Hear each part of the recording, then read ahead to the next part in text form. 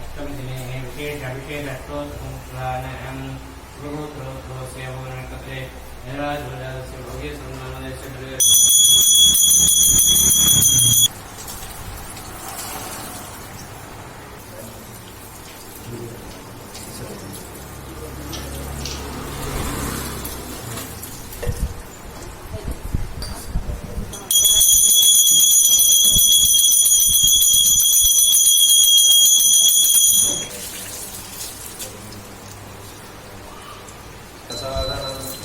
ओम महागणपतये नमः। प्रातरग्निं प्रातरिन्द्रगं हवामहे प्रायेम वयं पुत्रमहिते ज्योतिभक्ता आश्रस्तित्यं मे तद्भगतस्य राजः भगेमां धियमुदपदाचीनं वसविदं भगन्नः रथमिवाश्वावादिन आवहन्तु अश्वापतीर्गोपतीर्न उषासः वीर संचमे दीर्घायुग्नञ्चमे सुदिनञ्चमे मूलेतिरस्मान् ऋणक्तविश्वतः अथो यतिषुधिस्तवारे अस्मन्निधे हितं शम्भवे नमः। नमो हिरण्यवाहवे सेनां पतये नमो नमो भवस्य हेत्यैतकथां पतये नमो नमो रुद्र याततादिने क्षेत्राणां पतये नमो नमः सूदायाहञ्चायवनानां पतये नमो नमो रोहिताय सपतये वृक्षाणां पतये नमो नमो मन्त्रणे वानिजाय कक्षाणां पतये नमो नमो भवन्तये वारिवस्कृताय औषधि पतये नमो नमो निषङ्गिनहितुतिमले तिष्ठद्भ्यो धावद्भ्यश्च वो नमो नमः सभाभ्यः सभापतिभ्यश्च वो नमो नमो गणेभ्यो गणपतिभ्यश्च वो रथेभ्यो रथपतिभ्यश्च वो नमो नमः सेनानिभ्यश्च वो नमो नमः क्षत्रहीतभ्यः सङ्ग्रहीतकुलालेभ्यः कर्मारेभ्यश्च वो नमो नमः ईशकृतपतिभ्यश्च वो नमो तपो अष्टेभ्योऽष्टपणीरग्रेवायतसितकण्ठाय च नमः कपर्दिनेशाय च नमः शीघ्रयाय च शीघ्रयाय च पुष्मियाय च नमः शोभ्याय च प्रतिषद्याय च नमो नमः सवाय च प्रतिष्ठवाय च नमः आशुषेणायिने च श्रुतिमते च नमः तीक्ष्णेशवे च युधिने च नमः स्वायुधाय च सुधन्वने च नमः श्रुत्याय च पयाय च सरस्याय च नमो नाद्याय च वैशन्ताय च नमः कुतव्याय च वास्तुवाय च नमः सोमाय च हरिकेतेभ्यो नमः ताराय नमः शम्भवे समयो भवे च नमः साध्याय च लाज्याय च नमः षष्ठ्याय च फेन्याय नमैरण्याय शिवारद्यस्य भेषदेतजानो मृडदीपसे इमागं रुद्राय तपसे कपर्दिने सङ्ग्रामे अस्मिन्ननादुरम्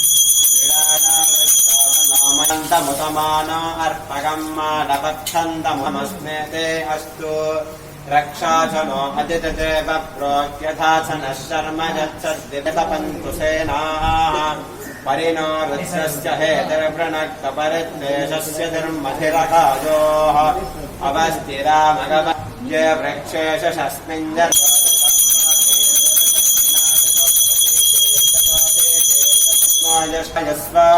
नमो शिवो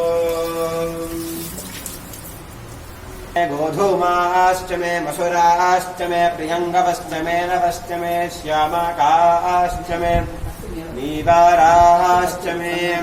अस्माचमे मृत्तिकाचमे गिरजश्चमे पक्तदाश्चमे सिकताश्चमे वनजेमश्चमे गजश्चमे अग्निश्चमे इन्दश्चमे सोमश्चमे इन्दश्चमे सविता चमे इन्दश्चमे सरस्वती चमे इन्दश्चमे पूषा चमे इन्दश्चमे बृहस्पतिश्चमे इन्द्रश्चमे तष्टा चमे इन्दश्चमे धा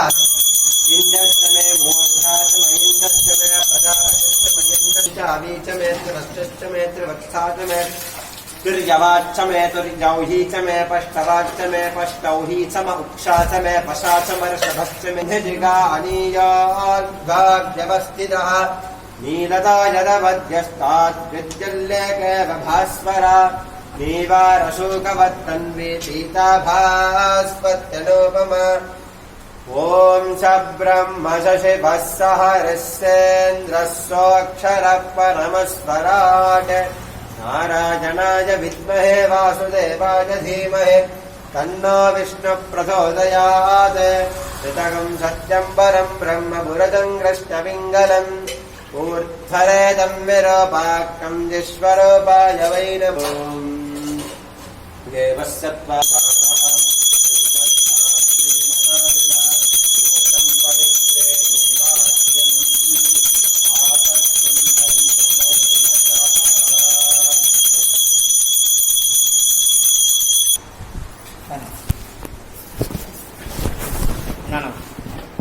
ஒன்று மேலே ஃபஸ்ட்டு அங்கே மேலே அதான் காமிச்சு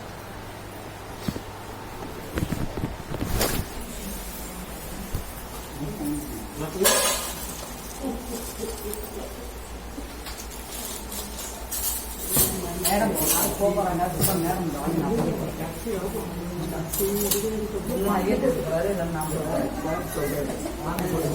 எவ்வளோ எடுத்து கொடுத்துருக்கேன்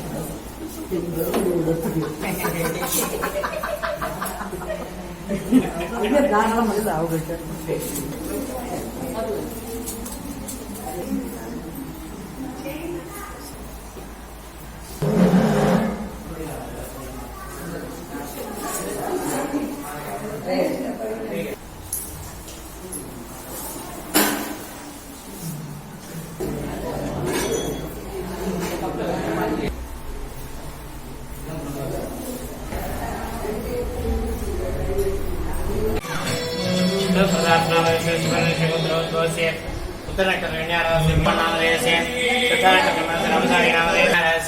अभिश्री नामधेयस्य पूर्णकर्तृमरास्य अरुणविघ्नेश नामधेयस्य तदभिषानकर्तृ मीनाम्बाल नाम्याः